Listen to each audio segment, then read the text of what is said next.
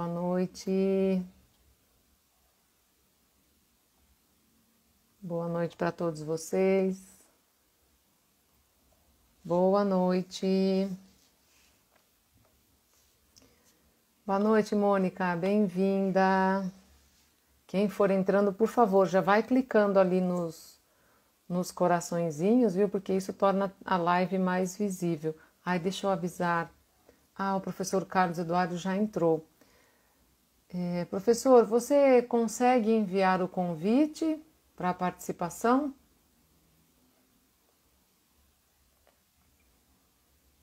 Se não conseguir, eu vou mandar. Eu envio por aqui. Mas você pode fazer uma solicitação para participar. Eu vou mandar, professor, só um minuto.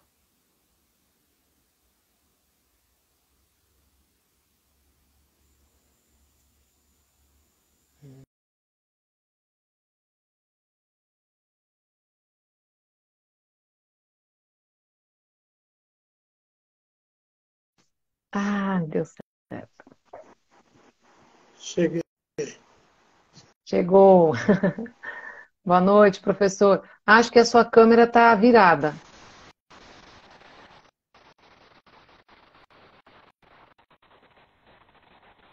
Aí, Opa, agora tá. Boa noite. boa noite. Como vai, professor? Tudo bem? Tudo bem, graças a Deus.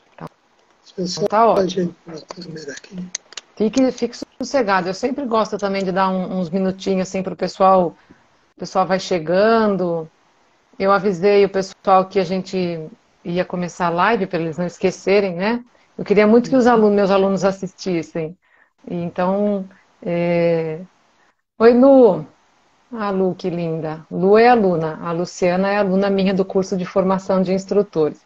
Queria muito que eles viessem participar, assistir a live, né? E então eu gosto de dar sempre um minutinho ou dois para eles irem acessando, entrando aí. Tá, não tem Professor, problema. você está me ouvindo bem? Eu estou te ouvindo bem. Tá? Ótimo, então tá Você bom. me ouve bem também? Sim, aqui tá dando para ouvir super bem. Tá tudo ótimo. E o sinal também tá bom, parece que tá tudo bem. Deixa eu ver se tem alguém pedindo socorro aqui para entrar. Parece que não, tá tudo em ordem. Eu acho que a gente pode ir começando. Deixa só eu baixar o som aqui do meu computador para ele não ficar fazendo muito barulho aqui. Pronto. Ah, ô Lu, eu comprei um livro dele agora. Eu comprei o livro de meditação. Ah, Acabei o de assunto que comprar. nós, o Isso, assunto que nós vamos tratar está lá. tá lá. Ah, é? Tá lá? Ah, então, até chegar o livro, acalmo minha ansiedade. Vou acabar com a ansiedade hoje já. Vamos tentar. Bom, então, pessoal, eu vou desativar os comentários. Vocês sabem, quando a gente convida alguém para participar da live, fica muito ruim. Os comentários ficam aparecendo em cima do rosto do convidado, eu acho bem chato. Então, eu vou desativar os comentários, mas quem quiser fazer alguma pergunta ou deixar algum comentário aqui, entra lá nos balãozinhos, tá bom? Tem um balãozinho aqui que tem um ponto de interrogação dentro. Clica lá no balãozinho, pode deixar seu comentário, sua pergunta, que depois, mais para o final da live, eu vou dar uma olhadinha lá se tem alguma coisa muito relevante, alguma pergunta legal também. A Thaís também é aluna, a Elizabeth é aluna. É, Quem mais está aqui? A Marli. Bom, sejam muito bem-vindas. Emília, bem-vindas, bem-vindas. Todo mundo bem-vindo, viu? Clicando aí nos coraçõezinhos para mostrar a live para mais gente, tá? Então, estou desativando os comentários agora para a gente poder. é, Ah, tá aqui, ó. Achei que tinha. Não tinha mais. Pronto. Para a gente poder deixar a imagem do professor mais limpinha, mais clarinha, tá? Bom, então, primeiro, mais uma vez, claro, né, como sempre, quero agradecer imensamente, viu, professor, sempre muito solícito. Eu mando uma mensagem fazendo um convite, ele marca aí a hora que você quer, que eu tento me encaixar. Então, muito obrigada mesmo, viu? É uma grande honra, sempre um aprendizado muito grande, e eu fico muito feliz de poder também proporcionar isso para os alunos da escola. É uma coisa que falar sobre esse tema, sobre a consciência, não é fácil, não é uma coisa fácil, e quando a gente fala, eu pelo menos, né, é evidente que eu estou colocando nas minhas palavras um pouco daquilo que eu entendi sobre o assunto. Mas é pouco. Não é um assunto que pode ser resumido em algumas palavras. Então, ouvir alguém falando sobre isso sempre enriquece muito a compreensão desse assunto, desse tema, que eu acho que é de extrema valia para qualquer pessoa que procura seguir o caminho do yoga, principalmente se é um caminho não só de autoestudo, mas um caminho profissional também. Se você vai trabalhar com isso, eu considero que é muito importante você fazer de vez em quando algumas reflexões sobre o que é essa tal dessa consciência, né? Onde é que está esse negócio? Como eu consigo identificar a consciência em mim, ou no mundo, ou nas coisas, enfim. Então, muitíssimo obrigada por estar aqui mais uma vez. Eu que agradeço. Imagina, não, eu agradeço mesmo. E é sempre muito bom. Todos os meus alunos te conhecem porque eu falo de vários livros, principalmente o dos sutras. A sua tradução de sutras é uma das que eu mais gosto de apresentar para os alunos, porque eu acho que tem uma tradução muito fiel, muito fidedigna, assim, pouco blá blá blá, pouco falatório e uma tradução muito precisa. Então sempre recomendo muito para todos eles. Então eles já te conhecem. Pelo menos pelos livros eles já te conhecem. Posso começar fazendo uma pergunta que, bom, talvez eu acho que essa seja a pergunta que todo mundo quer fazer. Todo mundo se faz essa pergunta e acredito que a partir dela, eu acho que você vai trazer muita coisa nova, muitos conceitos novos. Existe alguma definição? Existe, por exemplo, um termo ou uma definição para o que é consciência, para essa palavra, ou pelo menos o que ela significa, o que significa esse conceito? Alguma coisa que possa nos ajudar a entender isso ou não? Como que é? Nós estamos andando num terreno louco mesmo ou dá para trilhar uma caminhada?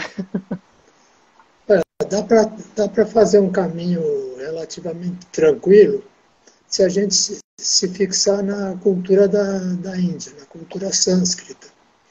Mas o conceito de consciência é um conceito que também circula pelo Ocidente, pelos filósofos, pelos cientistas, porque todo mundo quer saber o que é. E a consciência foge, escapa da observação, porque ela é o que observa, ela não é observada. Então a consciência é um fenômeno curioso. A gente tem que falar dela sem se referir diretamente a ela, porque ela foge, ela escapa por entre os dedos. Então existe a ideia, o conceito de consciência. O conceito de consciência é o seguinte: se você é materialista, imagina que na natureza tudo é produzido pela dinâmica da matéria, então você vai ter uma movimentação material que vai corresponder ao fenômeno da consciência, tá certo? Tá. É possível medir com os neurosensores, é possível medir o funcionamento do cérebro, mapear que área do cérebro que é ativada quando eu tenho um sentimento, quando eu penso numa palavra, ou quando eu penso numa pessoa. Então é possível mapear todos esses fenômenos. Todos esses fenômenos de caráter psicológico têm uma contrapartida material, têm um equivalente neurológico. Sim. Menos a consciência. A consciência não se mede, não se enxerga ela em lugar nenhum. Ela não deveria existir, porque a matéria funcionamento da matéria é um funcionamento mecânico.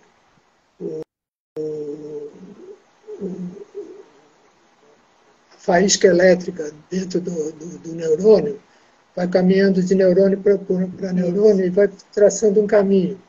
Esse caminho, ele é um caminho que é relativamente fácil de se achar, mas o caminho da consciência não se acha em lugar nenhum, porque a consciência não é algo objetivo, ela está fora da natureza, ela é subjetiva. Então a consciência é exatamente aquilo que nos coloca na posição de primeira pessoa como observador do mundo. A diferença que existe entre eu e um falso eu, um simulacro do eu. Eu vou no museu de Esteira, por exemplo, e vejo uma reprodução de um artista, ou de um personagem do passado, é igualzinho a ele. Mas eu olho para ele e eu sei que é um boneco de cera. Eu não tenho consciência. Se não tem consciência, então não existe. Porque a consciência é desnecessária no mundo material. O mundo material não admite a possibilidade da consciência. Mas ela acontece, ela aparece do nada. E é ela que nos torna indivíduo, que nos torna pessoa. Então, sem a consciência não existe a pessoa, não existe o universo, não existe o indivíduo, não existe o eu. Então a consciência é aquele fenômeno, aquele processo, aquela coisa que nos dá a capacidade de perceber a nossa própria existência e a existência do resto das coisas. Isso. Então, pode falar. Não, é que essa é até uma definição que é usada na filosofia, na ciência, né? Essa é uma definição. Eu anotei aqui uma coisa, várias palavras que, se você for procurar a definição de consciência, for pesquisar, não estou falando da literatura sânscrita, mas você vai encontrar palavras como, por exemplo, habilidade, capacidade, sentimento, conhecimento, são como se fossem coisas, né? Por isso que eu dei risada quando você falou coisas, né? São coisas que nos permitem experimentar o mundo, né? Eu, indivíduo, experimento o mundo. É como se for, talvez uma habilidade e tal. Então tem um monte de palavras que acabam sendo, que podem ser usadas e é exatamente essa mesma definição, né? Mas acontece que existe a definição na cultura sânscrita. Aí... E a cultura sânscrita nos ensina, através do sistema Sankhya, através de alguns escritos do Vedanta, através dos épicos, especialmente o Mahabharata, e alguns tratados de yoga medievais, e sobretudo nas Upanishads. A literatura védica, quando eu falo, são as Upanishads, essencialmente. Essa literatura traz um conceito de consciência. A consciência, ela é descrita como a fonte da experiência. Ela é o que nos permite experimentar o mundo. O mundo não existe se não tiver consciência. Agora, para que serve a consciência? A consciência na cultura sânscrita, ela até recebe vários nomes. O nome mais abstrato que ela tem é Chit, que muita gente repete aquelas três palavras, Sat, Chit, Ananda. Ananda, né? Isso. Que é a felicidade da existência e a felicidade da consciência. Então, uma pedra existe, mas ela é feliz por existir. Ela desfruta da felicidade da existência, uma felicidade existencial. Mas um animal, um ser humano, um Deus, ele existe e ele também é consciente, ele sabe, ele tem consciência. Então, o que ele experimenta sabendo que ele está experimentando aquilo. Ele tem noção da primeira pessoa do verbal. Tá. Então, ele é o agente da ação. E isso traz uma segunda felicidade. Então, Sadananda e Chidananda. essas duas formas de felicidade só são possíveis porque o fenômeno da consciência existe. Existe. Agora, o que é a consciência em si? A consciência é a fonte da experiência. A experiência, por sua vez, é a fonte do conhecimento. E o conhecimento é o retorno à forma original, à nossa forma original. Que a nossa forma original é o si mesmo, é o Atma, é o eu que está dentro de nós. Então, a ideia de consciência que se trata na cultura sânscrita, ela é interessante, inclusive, pelo fato de que ela não considera a consciência apenas aquilo que a gente diz que é consciência. Quando a gente vê uma pessoa desmaiada, a gente diz que ele está inconsciente. Inconsciente. Perdeu a consciência. Mas o que está acontecendo ali? Ele está num outro estado de consciência, uma outra relação com o mundo. Isso. E ele continua a ser eu. Ele continua lá dentro dele a ser o eu. Então, quando ele volta daquele estado de torpor aparente, ele tem consciência de que ele esteve num lapso de consciência, de vigília, mas que ele mergulhou num sono profundo, sem sonhos, e nesse abismo que ele mergulhou, ele ainda assim estava consciente. De alguma forma ele estava consciente, porque ele não perdeu a conexão com o mundo externo. Então a consciência seria o mecanismo que nos conecta ao mundo externo, fazendo que o mundo apareça e exista para nós, e ao mesmo tempo inserindo a nossa presença no mundo. Então, nós passamos a existir no mundo no momento em que há esse fenômeno da consciência. Da consciência. E que fenômeno é esse? Como é que ele aparece? Como é que ele acontece? Esse é o grande mistério. É mesmo mistério que fundamenta a linguagem. Quando eu falo a palavra pato, você pensou num pato. Num instante, somente associou a palavra que eu falei a um significado. Isso. O significado é subjetivo. O som pato é um som objetivo. Então, a subjetividade do sentido, do significado, é da mesma natureza que a consciência. É a contrapartida da consciência vista em um novo cenário, o cenário da linguagem. No caso da consciência na Índia, ela tem um objetivo, ela tem uma finalidade, que é produzir conhecimento. Então, são elencados de uma forma geral 3 tipos de conhecimento, que é Jnana, Vijnana e Prajnana. Prajnana é o conhecimento que deriva do coração. Vijnana é o conhecimento que a mente construiu.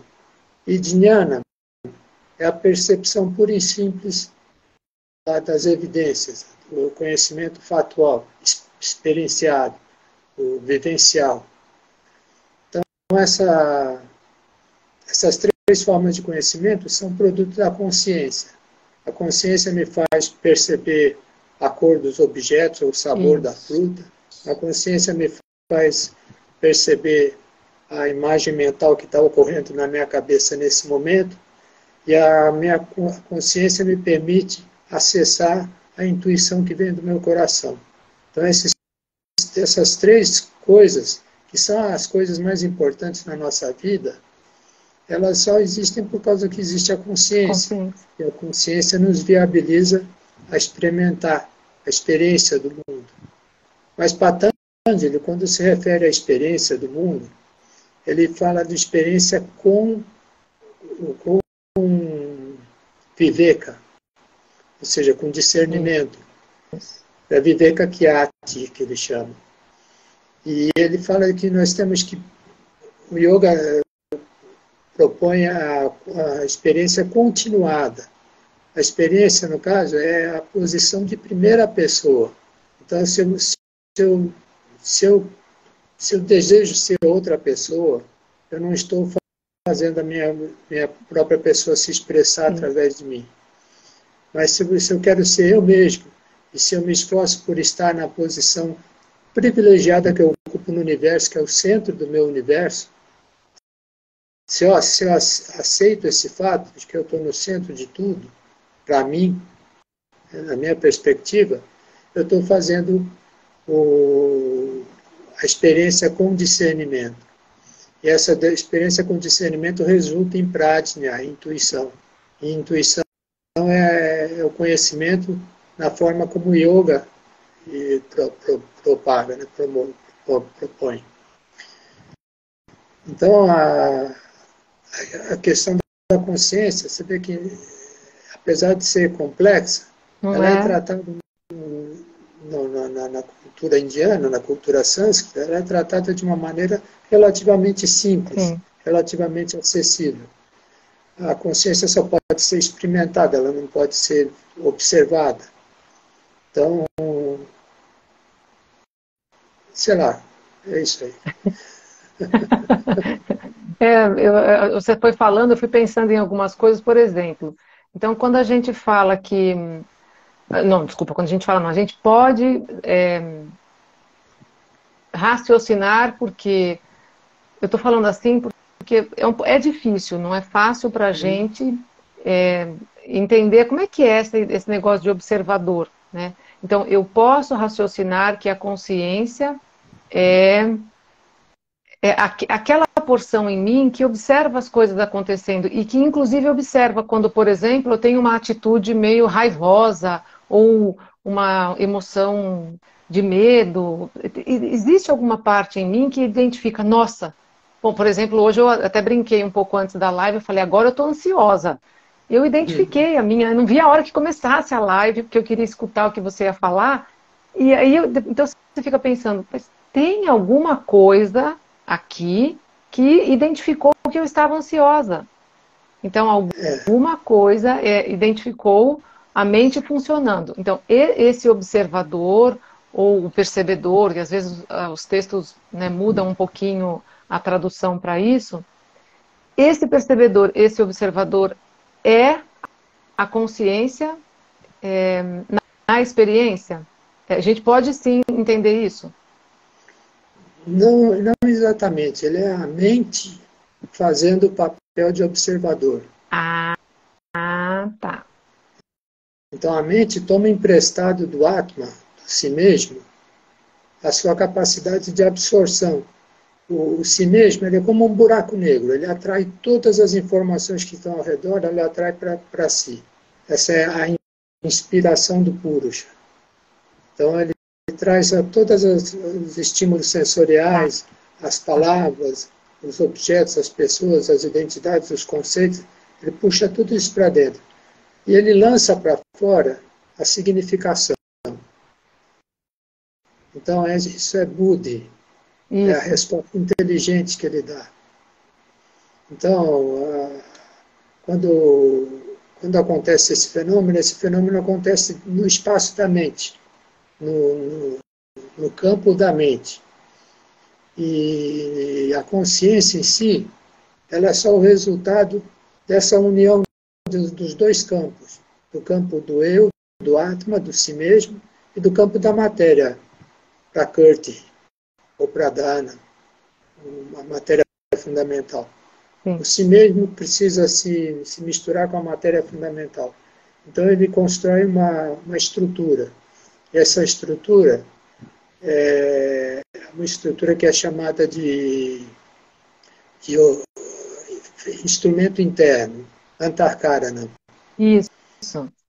Então a Antarkarana junta a inspiração, o movimento para dentro, Purusha, que está personificado no Sankhya como Ahankara, aquilo que faz o eu. Então isso simula o eu, corresponde ao Atma. Quando ela junta isso com a expiração, que é Buddhi, que é a manifestação da inteligência, que vai comandar os nossos movimentos, nossos pensamentos, as nossas reações, surge Mana, como consequência dessa união dos dois. Tá. Então, essa trinca junta forma a mente. É essa mente que é chamada de Chitam, por Patanjali. Isso. Que essa, Então, essa mente tem... essa é a mente que tem que entrar lá como chama? No Nirodha, né? É essa mente que tem que... É Ela tem essa que ser daí. recolhida. Ela tem que ser Isso, recolhida. Por que isso. ela tem que ser recolhida? Porque ela, enquanto ela não selecionar a fonte do conhecimento que ela quer seguir, conhecimento que ela quer é jnana, é vijnana, é pradjnana, que conhecimento que ela está buscando. Então, conforme a fonte do conhecimento, você vai conectar com um eu determinado, um eu interno, um si mesmo Tá. do corpo, um si mesmo da mente ou um si mesmo do coração. Ou na linguagem das Upanishads, o Bhutatma, que seria o Atma, o si mesmo do corpo, ou Paramatma, que é o Atma do coração, que é o mais elevado, e entre um e outro o Jivatma. Jivatma é o Atma da mente. Tá. Ele dura uma vida, por isso é chamado Diva. Jivatma, que dura uma vida só. Então a mente é construída para fazer essa conexão entre a matéria e o espírito, onde o espírito é uma perspectiva, como eu estava falando do buraco negro, a perspectiva de um abismo sem fundo, que traz tudo para dentro de nós. Enquanto que a outra perspectiva que é unida é a perspectiva dos objetos materiais, dos objetos ao meu redor, ou seja, o eu e o outro. O eu e o outro precisam se entrelaçar para que a gente esteja encarnado, esteja nascido e vivendo no mundo material. Então eles precisam se encaixar. Esse encaixe, ao mesmo tempo, ele é produzido pela consciência e ele traz como resultado a própria consciência. Ele tira uma fagulha de Chit e constrói Chetana, constrói Samjñā, ou Chetana, a consciência. E a consciência que nos dá a experiência. A experiência é o que nós vivemos. O que nós chamamos de experiência é o que nós confundimos com consciência. Quando a gente constrói a experiência, quando a gente constrói o conhecimento, a gente constrói com base na experiência. A experiência precisa ser selecionada, ela precisa passar por um filtro. Tá. E a gente não pode experimentar qualquer coisa. Eu tenho uma ordem, uma sustentabilidade que me permite assimilar, experimentar determinadas coisas e não outras. Tem gente que não gosta de montanha-russa, tem gente que adora montanha-russa. Então, os mecanismos de apreensão das informações e processamento das informações é diferente de cada pessoa, porque ele é entretecido na estrutura da mente. Então, a consciência, ela está na integração dessa perspectiva que leva ao eu, a perspectiva que leva ao objeto. É o que eu costumo dizer que a percepção, a cognição, ela tem dois focos. O foco subjetivo, que aponta para o eu que tem que estar vendo isso daí. E o foco objetivo, que aponta para o objeto que tem que ser visto. Então, se nós queremos fazer uma meditação, a gente precisa meditar focando a mente, estacionando a mente no foco externo e estacionando a mente também no foco interno. No foco interno. Jogando aquelas impressões que vêm de fora para a tela construída dentro da mente. O espaço subjetivo, o espaço mítico, que se aloja dentro do coração, que é a Guha. A Guha é a caverna, a gruta oculta dentro do coração. Então, essa é uma escolha, né? A gente tem que fazer a escolha de ter essa experiência processada por um dos três núcleos de eu. Isso, um dos três núcleos. Isso. E aí, Ela então, vai, pode falar, por favor. ela vai ser processada pela mente. A mente é que processa as informações. Isso. Mas a mente vai processar essas informações com base num significado que ela dá a essas informações. E esse significado, ele pode estar vindo de fora.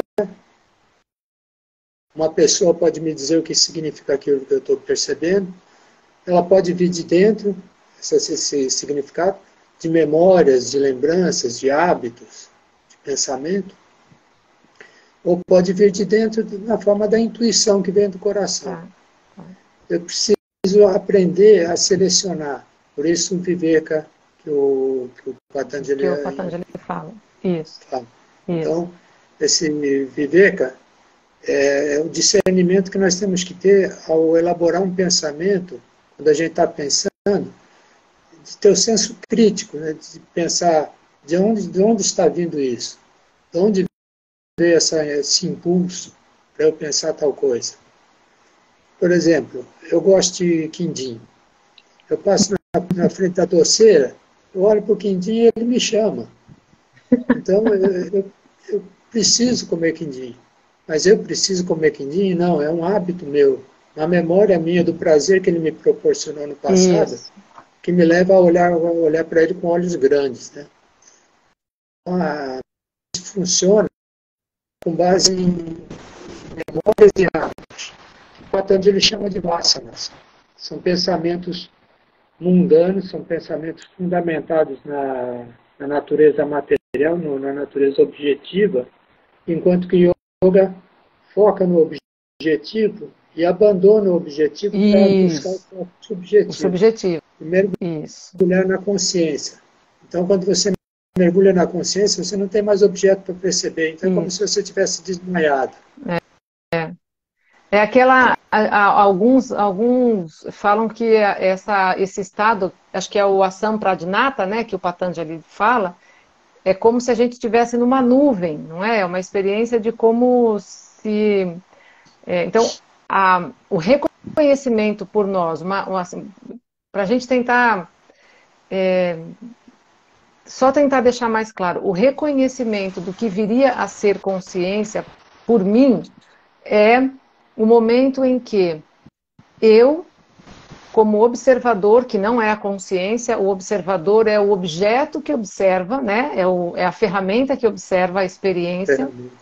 Eu, como o observador, o objeto observado e a experiência de observar, tudo se dissolve e nada mais existe. Só o que sobra é a consciência. É isso. O que se forma é a nuvem do Dharma. Ou seja, a consciência se expressa pela mente.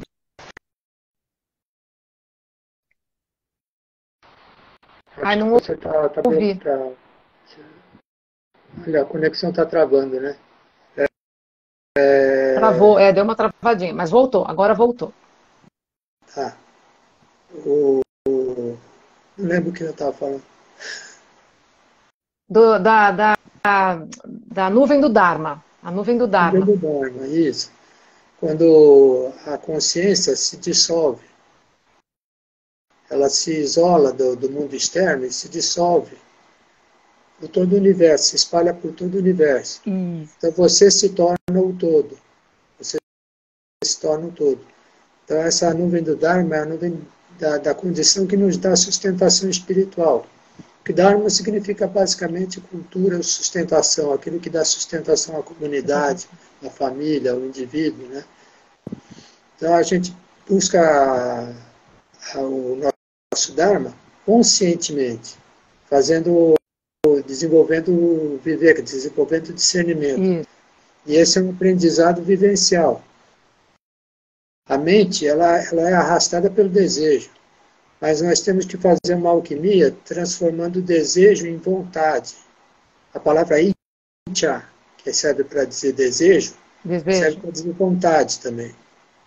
Então, a gente tem que fortalecer Icha Shakti, a força da vontade, que se assenta no nosso coração.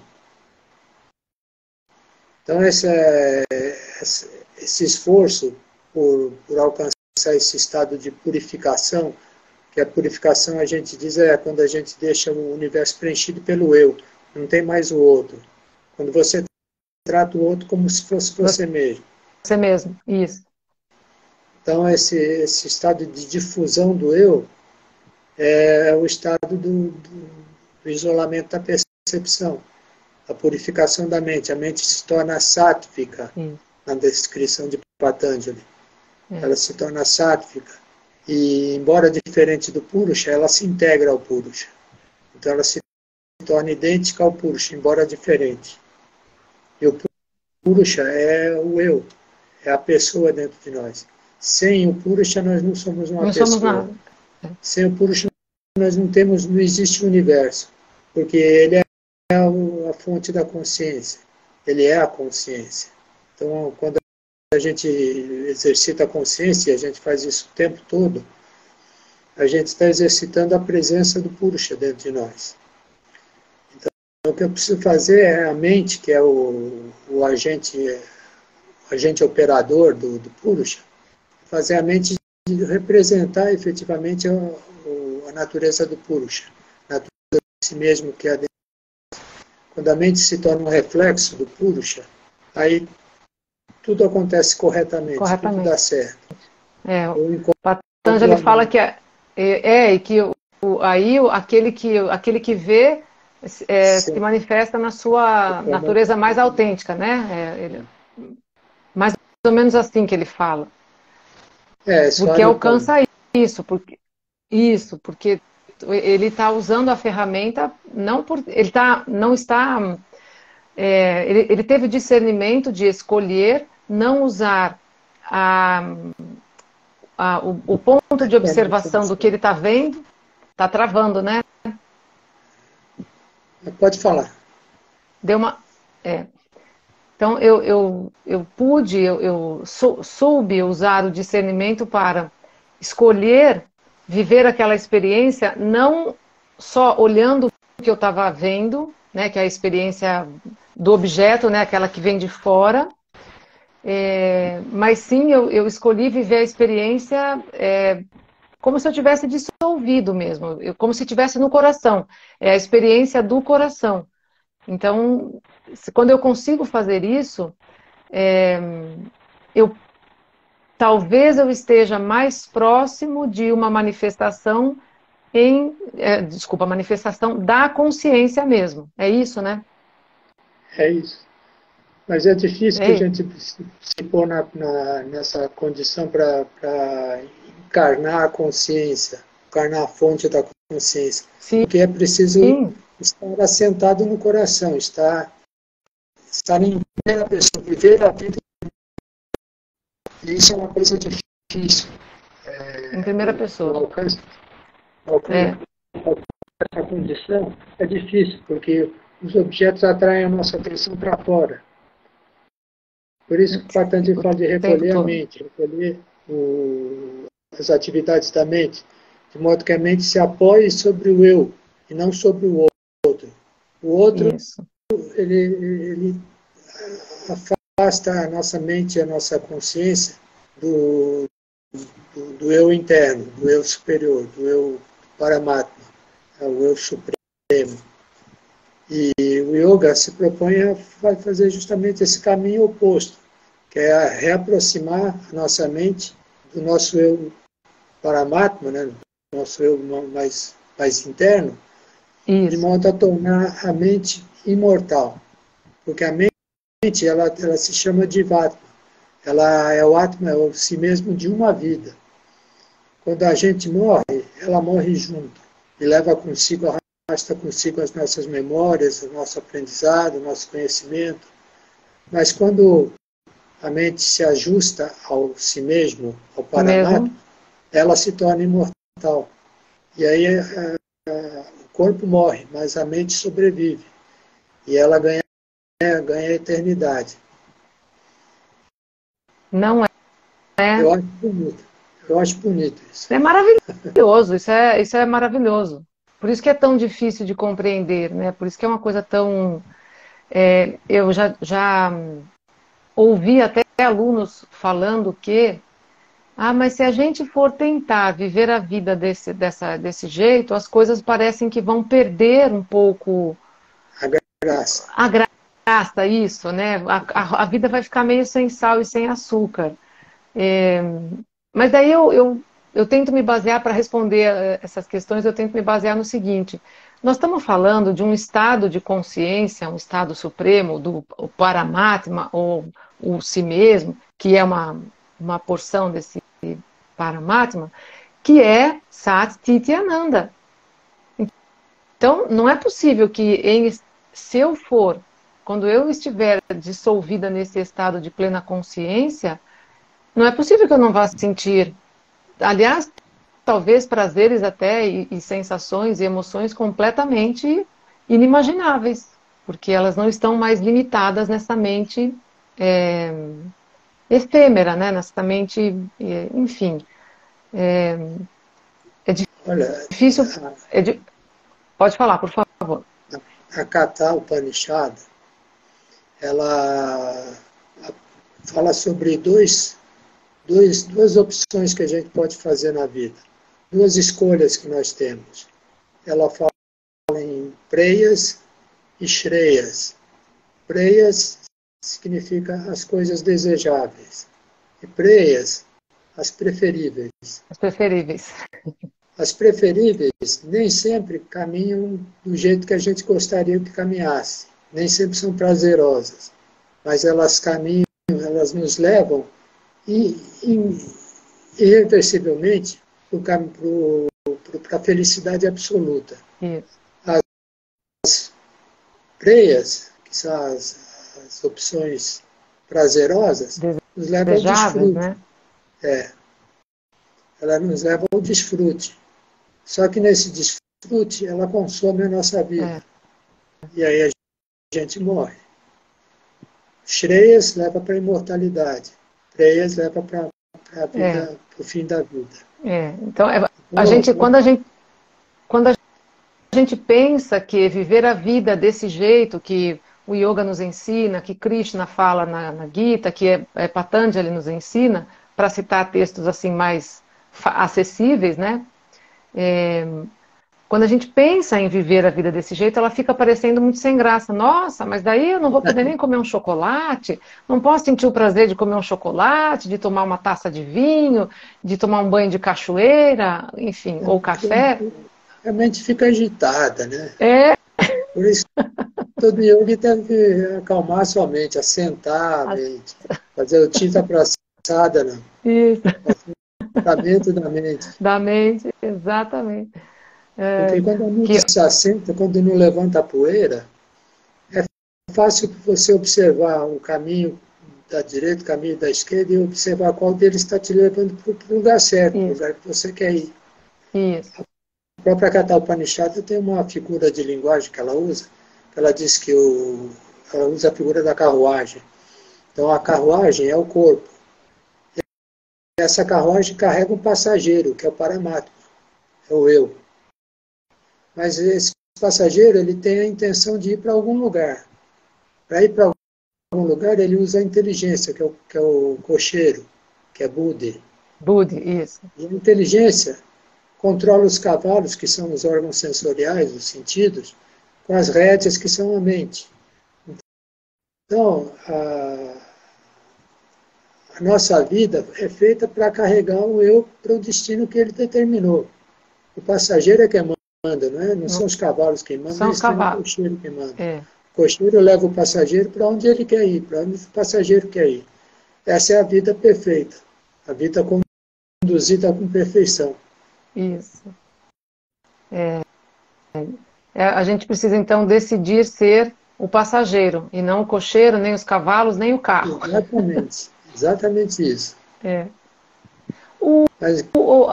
A imagem da carruagem, é que eu sei que existe uma simbologia também na carruagem de Arjuna, onde Krishna está durante o diálogo dos dois. ela também tá, ela tem mais ou menos a mesma analogia, não é? Os cavalos também são, não, Ela, Krishna, acho que é ela tira essa analogia da Katha Upanishad. isso, é mais ou menos, é um pouco diferente, se eu não me engano, É diferente, é, é tirada de um. é tirada de lá, isso, é bem parecida, ela é bem parecida com isso também.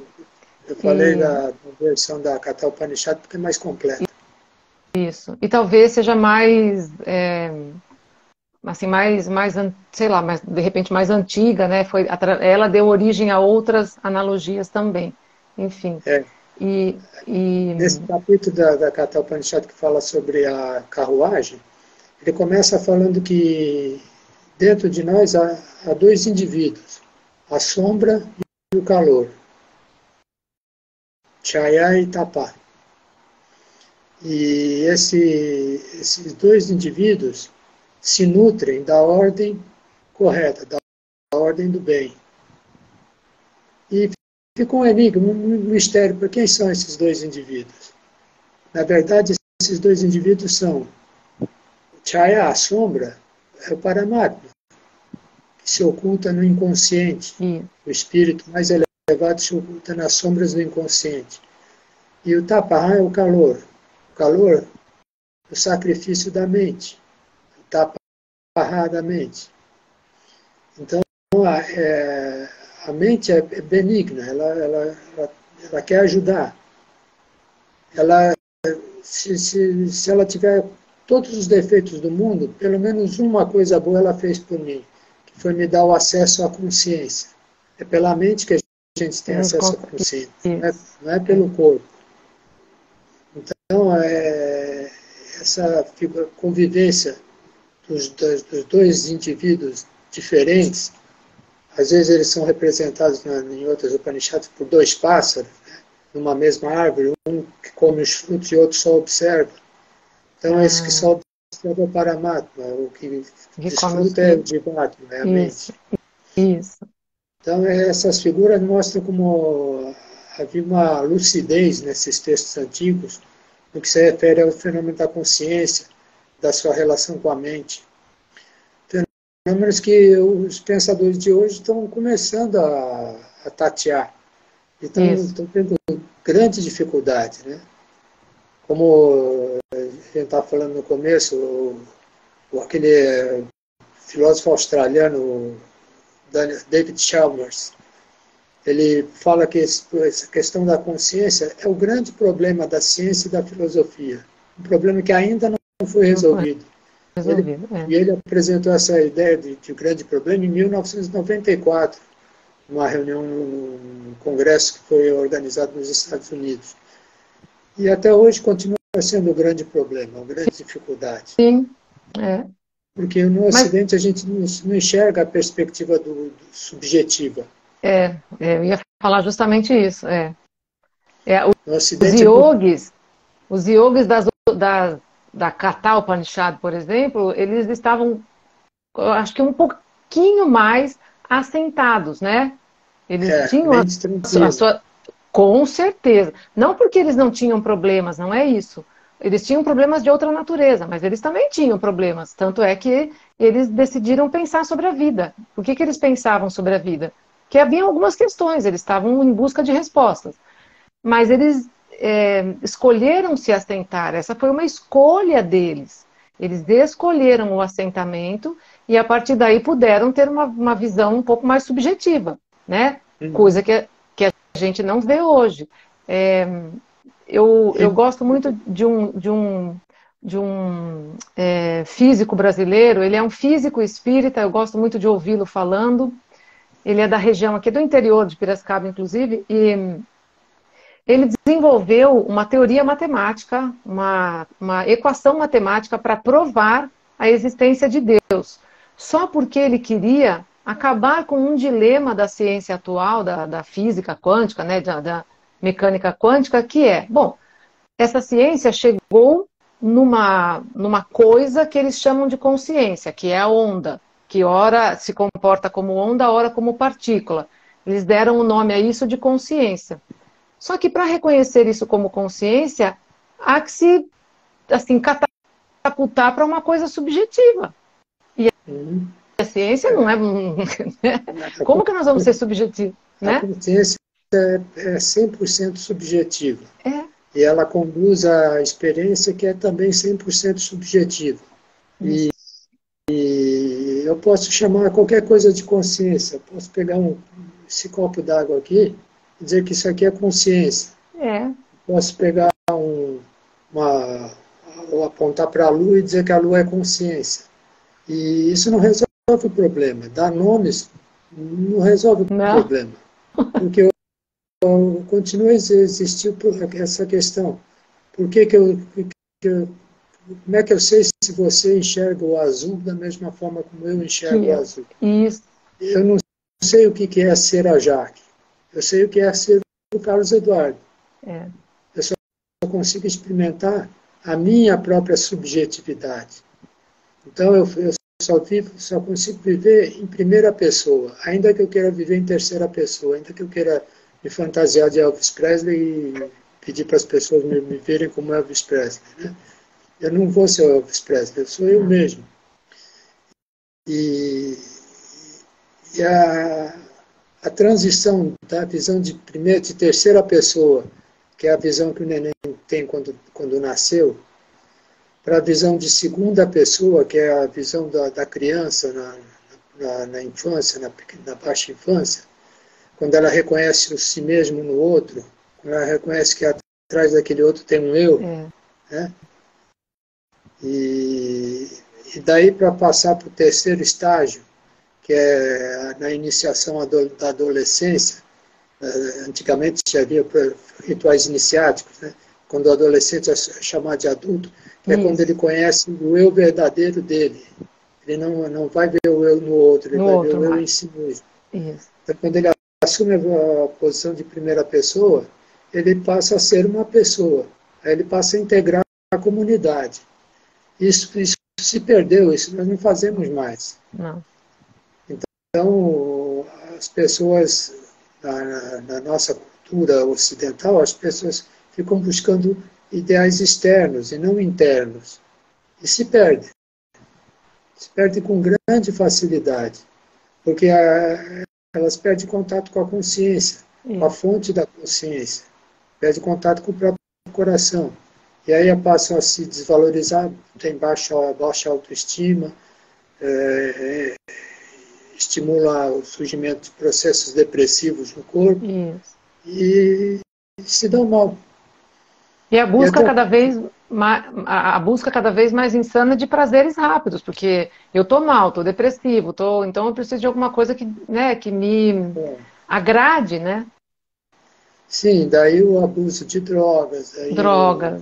O abuso de violência, o desrespeito ao outro, porque a pessoa passa a invejar a vida do outro, passa a viver uma vida miserável, sonhando com uma vida idealizada de outras pessoas. E aí fica com raiva dessas pessoas que não sabem nem o que está acontecendo. Então, nós já vivemos agora um período de ódio crescente, onde havia uma filosofia espalhada de espalhar ódio por toda parte, que ainda não passou, né? O mundo está passando por essa onda de ódio. E isso não leva a lugar nenhum, porque isso afasta a nossa consciência do seu objetivo, que é nos conduzir para o coração. Então, a pessoa tomada por esse ódio, por essas paixões desenfreadas, esses abusos de todo tipo, ela se afasta tanto do seu caminho que ela acaba destruída. Ela constrói um caminho de destruição. De destruição, E evidentemente de sofrimento, né? Lógico. Sim. E morre sofrendo, morre destruída pela sua própria construção. Né? Vive sofrendo, morre sofrendo, né? E reclama que é a culpa dos outros. Isso, e reclama que é a culpa dos outros. Eu aprendi com o yoga, principalmente estudando mitologia dos asanas, que a gente precisa construir uma boa morte. Esse é o grande objetivo. construir uma boa morte. Cada passo do meu dia é para construir uma boa morte, porque isso vai garantir que a minha nova vida será ainda melhor, né? O renascimento, né? A vida eterna será ainda melhor. Então, isso precisa, para isso eu preciso fazer escolhas baseadas no discernimento. Não tem É, jeito, né? a- os místicos indianos, eles desenvolveram dois ritos distintos, e ritos sacrificiais, né, distintos, que tinham um caráter iniciático, ou seja, de trazer à tona o Dharma da pessoa. Então, eles chamaram essas duas vertentes Detém. de sabedorias, doutrinas, vidya. Então, uma é Madhvidya e a outra é a... Não me lembro se é Kshiravida que chama. Mas uma é a doutrina do leite e outra é a doutrina do mel. Ah, A doutrina do leite é ensinada por Indra e se refere à produção de um bom nascimento. Um bom nascimento vai desde a concepção até a infância, meio da infância. Essa é a fase do nascimento. E a doutrina do mel prepara a pessoa para uma boa morte. Então, é muito interessante, porque são os dois pontos que nos conectam ao desconhecido. isso. É desconhecido para mim, a minha mente não alcança o que havia antes do meu nascimento, nem o que haverá depois da minha morte. É, Eu posso conjecturar, especular, mas não dá para saber. é. Eu nunca vou ter certeza, exceto quando eu chegar lá. Lá. E então, se faziam rituais para que as duas coisas fossem boas, fossem bem feitas. Que eu nascesse bem e eu morresse bem. E isso dá tranquilidade, deixa a mente mais tranquila, e a mente mais tranquila é a mente assentada, que nos leva a ter a consciência focada, assentada no eu do coração. Isso. E aí, Então, é combatendo os grandes medos, né, que a gente isso. desenvolve a vontade, a capacidade de fazer a coisa certa. É. Porque muita gente não faz o que é certo por medo de errar. Isso. Não faz o que é certo com é, medo de errar, medo de sofrer, medo de. Medo, algum Medo de medo, a pessoa. desagradar os Medo outros. de desagradar os outros, exatamente. É. Medo de não alcançar, sei lá, né, o objetivo. Ah, vai, e se eu fizer e não for exatamente como eu imaginava, né? Esse é um problema. Sabe que eu levei um susto agora, professor, porque eu olhei no reloginho do computador, 8h30 já. Nós tínhamos combinado 40 minutos de live. Ah, não tem Ma- problema. Tempo é Mas, relativo.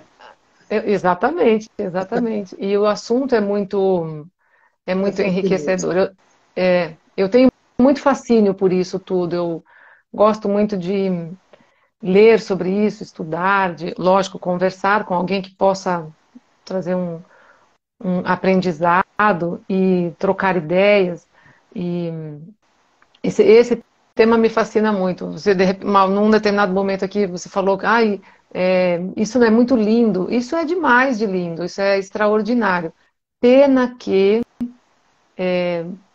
no momento atual, né, tantas pessoas têm quase que um bloqueio. Essas pessoas colocaram mesmo como uma decisão. Não, eu não quero saber disso, não. Mas, gente, isso não tem nada a ver, isso é ridículo. Hum. Você acha que eu vou me basear em textos que têm 5.000 anos? Você está louca, a ciência já evoluiu, né? Infelizmente. A Índia é de extrema direita, um país conservador, conserva suas tradições até o limite. E dou graças a Deus que a Índia seja assim conservadora, porque Isso. são joias de sabedoria, né? São joias de sabedoria. Isso para qualquer pessoa. A experiência que a gente vive quando interage com qualquer pessoa na Índia é um aprendizado contínuo, constante. É uma coisa, é louco de ver. Qualquer pessoa. Não necessariamente um mestre, um sábio de algum ashram, um mestre de yoga, um professor. Não. Com qualquer pessoa você tem algum aprendizado o tempo todo. Uhum. é inacreditável, é incrível isso. E eles têm... a gente vê neles, assim, uma coisa que tem um brilho no olhar deles, a pele deles ganha um tônus diferente quando eles falam com a gente sobre essas coisas. Por exemplo, guias turísticos na Índia eles são extraordinários. Na última viagem eu peguei guias assim de religiões mesmo, né, de fés diferentes. Tem guia Sikh, tem guia muçulmano, tem guia não sei da onde, tem os hinduístas lá que são os devotos de Kali, enfim, tem de tudo um pouco, né? Mas a, a, não é a visão, assim, o conceito, né, que eles têm de vida, de manifestação, de interação, de relação com as pessoas, com a natureza, com tudo, é a mesma. Não, é impressionante isso, né? Porque isso pertence à cultura, né, do país e não só à religião deles, né? Isso é cultura mesmo. E a vida da pessoa, quando se fundamenta em mitos, mitos viventes, a mente dela fica muito forte. E ela fala as coisas com convicção. Isso, é isso mesmo. O indiano ele é muito convicto das suas opiniões, das suas ideias, do ensinamento que ele recebeu do pai, do avô, do bisavô, do trisavô. E ele vive aquilo com gosto, com prazer. Isso, com prazer. Eles gostam da sua cultura. Eles exalam aquilo, é uma coisa impressionante. E a gente, assim, só para encerrar e falar sobre... Eu acho que eles vivem um constante exercício de discernimento para fazer as escolhas. Eles procuram, é o que a gente percebe, o tempo todo, não importa qual grau de instrução e de poder material eles tenham, mas o que a gente percebe eles vivem um esforço contínuo para se estabelecer no discernimento de fazer a escolha de viver aquela experiência para além, né? Como Paramatma, por exemplo.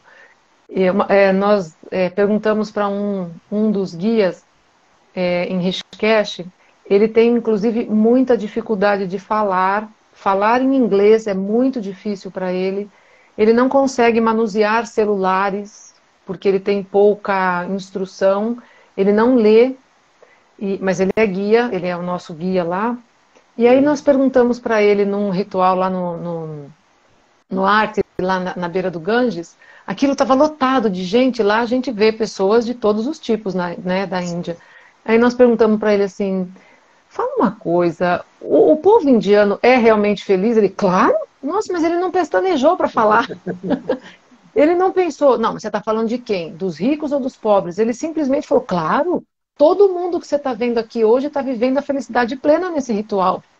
Ele muito rápido ele falou isso, porque eles vivem num exercício... eles vivem um exercício contínuo de se estabelecer nesse discernimento que me permite viver a experiência para além do que ela é. Pode parecer horrível, mas não é só uma experiência, é mais uma, né? Eu só tenho a retificar uma coisa, eu digo que eles tentam viver assim. Às vezes não conseguem, mas eles tentam. E tentam isso é o que eu estou falando. Isso, eles se esforçam muito, né, para viver isso. É isso que a gente percebe neles.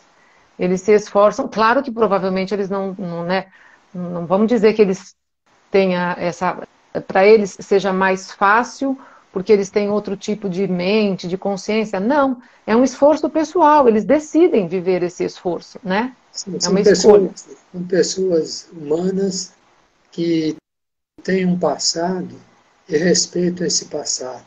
Isso. Você conversa com um indiano qualquer indiano, se escolhe ao acaso, e pergunta sobre o 20º ancestral dele, ele sabe quem foi. Ele sabe quem foi, E a família recita para ele a linhagem dos seus antepassados. E orgulham muito disso. Então isso é fascinante, isso é uma coisa impressionante. Aqui no Ocidente, no Brasil como em outros países do Ocidente, a pessoa tradicionalmente, vamos chamar assim, não conhece a história do seu bisavô, Não. não sabe o que ele fazia para se sustentar. É.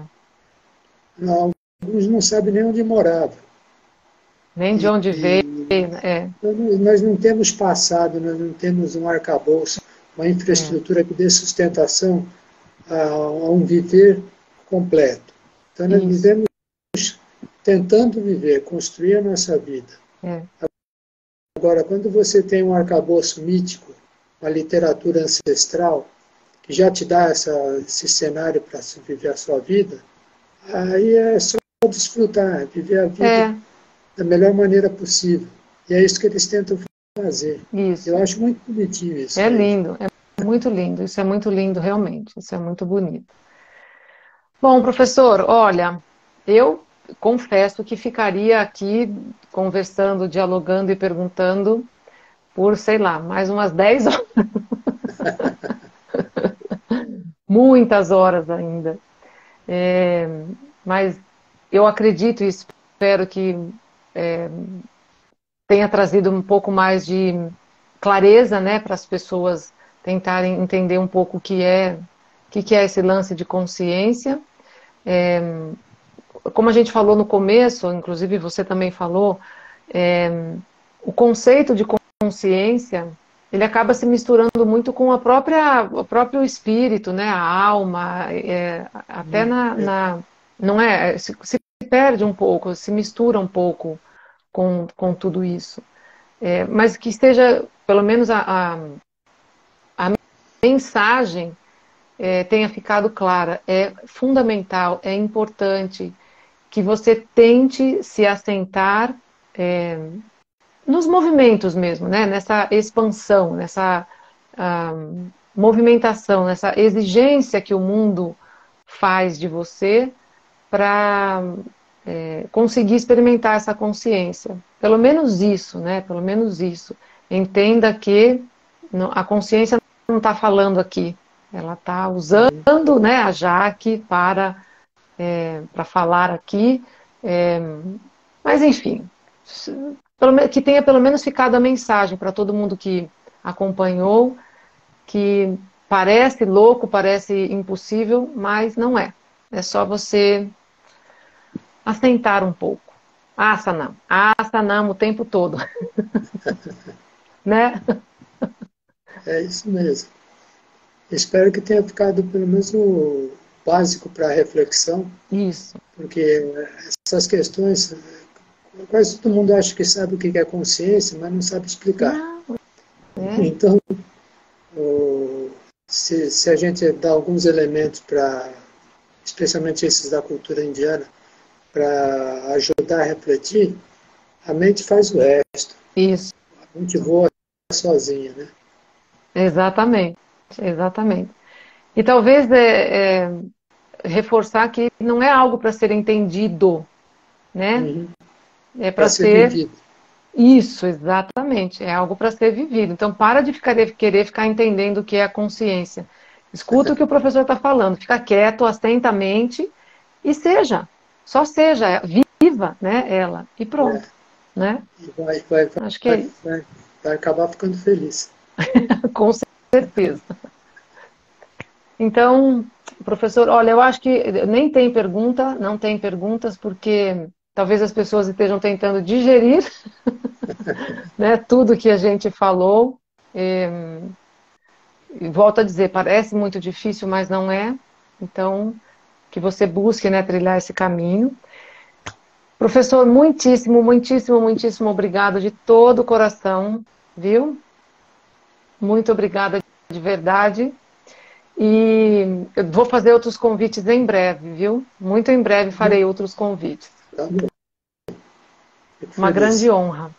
Muito obrigada. Obrigado para todo mundo que participou. Eu vi muitos alunos entrando aqui e espero que que a gente tenha conseguido trazer pelo menos um pouquinho de luz no final do túnel dessa caminhada. Tá bom? Namastê, professor. Muito obrigada, mestre. Namastê. Boa Tá noite para bom. você. Obrigada. A live vai ficar salva aqui agora, viu, gente? A live está salva, tá?